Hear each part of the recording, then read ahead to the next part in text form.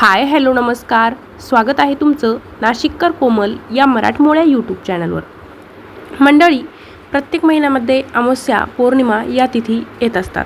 प्रत्येक महिन्यात अमावस्या पौर्णिमा या तिथींना एक वेगळं महत्त्व आहे. प्रत्येक महिन्यात पौर्णिमा येते, दर महिन्यात पौर्णिमा येते आणि प्रत्येक महिन्यात येणाऱ्या पौर्णिमेला एक वेगळं असं महत्त्व आहे. ज्येष्ठ महिन्यात येणारी पौर्णिमा म्हणजे वटसावित्री पौर्णिमा. ही पौर्णिमा सौभाग्यवती महिलांसाठी खूप महत्त्वाची असते, कारण या दिवशी महिला उपवास करतात, त्यामुळे पतीचं दीर्घायुष्य लाभतं, अखंड सौभाग्याचा आशीर्वाद आपल्याला प्राप्त होतो. तर वटसावित्री पौर्णिमेच्या दिवशी आपण वडाच्या झाडाची पूजा करतो.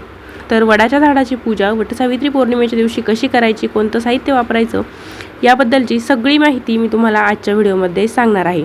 त्यासाठी तुम्ही व्हिडिओ संपूर्ण बघा. व्हिडिओ बघत असताना कमेंट्समध्ये लिहा ओम नमः शिवाय. चला तर मग आजच्या व्हिडिओला सुरुवात करते. वटपौर्णिमेचा उपवास फक्त सौभाग्यवती स्त्रियाच करतात. लग्नानंतर जेव्हा पहिल्यांदा ज्येष्ठ महिन्यातील पौर्णिमा येते, तेव्हापासून वटपौर्णिमेच्या उपवासाला सुरुवात केली जाते. तर वटपौर्णिमेच्या उपवासाला आपल्या पारंपरिक पद्धतीने तयार होतात स्त्रिया, साडी घालतात. तर वटपौर्णिमेच्या उपवासाला कोणत्या रंगाची साडी घालायची, कोणत्या रंगाची साडी घालायची नाही, याबद्दलची सविस्तर माहिती सांगणारे व्हिडिओ मी आपल्या चॅनलवरती पोस्ट केलेले आहे. ते व्हिडिओ तुम्ही बघू शकता. तर वटपौर्णिमेचा दिवस म्हणजे सौभाग्यवती महिलांचा नटण्या मुरडण्याचा दिवस. तर वटपौर्णिमेची पूजा करताना आपण एक पूजेचं ताट वडाच्या झाडाजवळ घेऊन जातो. तर त्या ताटामध्ये नेमकं कोणकोणतं साहित्य असतं ते आपण अगोदर जाणून घेऊया. वटसावित्रीची जेव्हा आपण पूजा करतो, तर पूजेसाठी आपल्याला सत्यवान आणि सावित्रीची मूर्ती लागते. नसेल तर हरकत नाही. धूप, दीप, उदबत्ती, तूप, 5 प्रकारची फळं जसं की सफरचंद, केळी, संत्री, मोसंबी, चिकू, फुले, दिवा, वडाला गुंडाळण्यासाठी मोठा पांढऱ्या रंगाच्या दोऱ्याचे गुंडी, पाणी भरलेला लहान कलश, हळद कुंकू, पंचामृत म्हणजे तूप, दही, दूध, मध आणि साखर यांचं मिश्रण, हिरव्या बांगड्या, काळी पोत, अत्तर, कापूर, पूजेचं वस्त्र, विड्याची पानं, सुपारी, 1 रुपयाचे नाणे.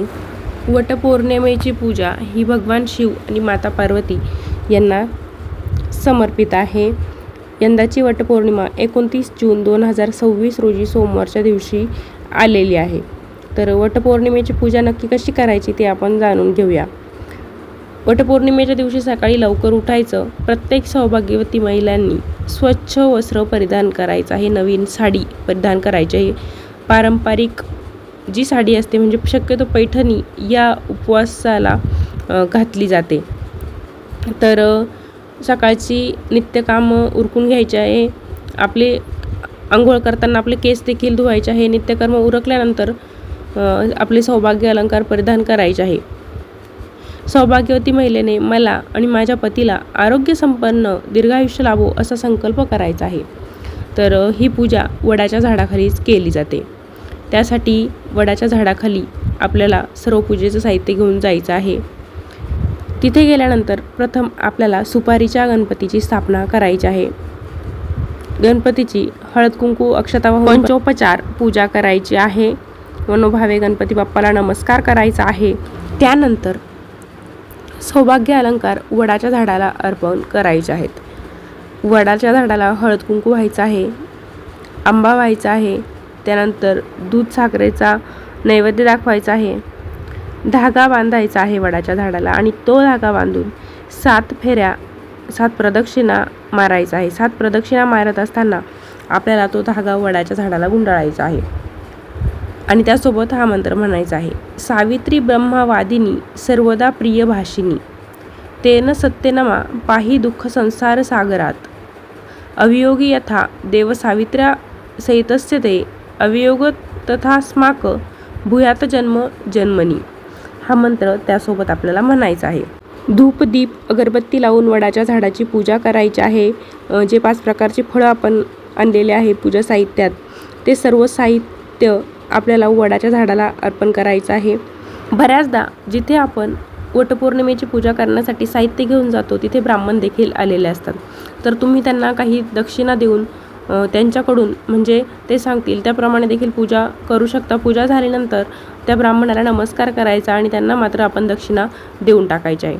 संपूर्ण पूजा झाल्यानंतर व्रताचा संकल्प सोडून प्रार्थना करायची आहे आणि तिथे वडाच्या झाडाखाली बऱ्याच सुवासिनी महिला जमलेल्या असतात. तर त्यापैकी 5 सुवासिनी महिलांची आंब्याच्या फळाने आणि गव्हाने ओटी भरण्याची पद्धत आहे.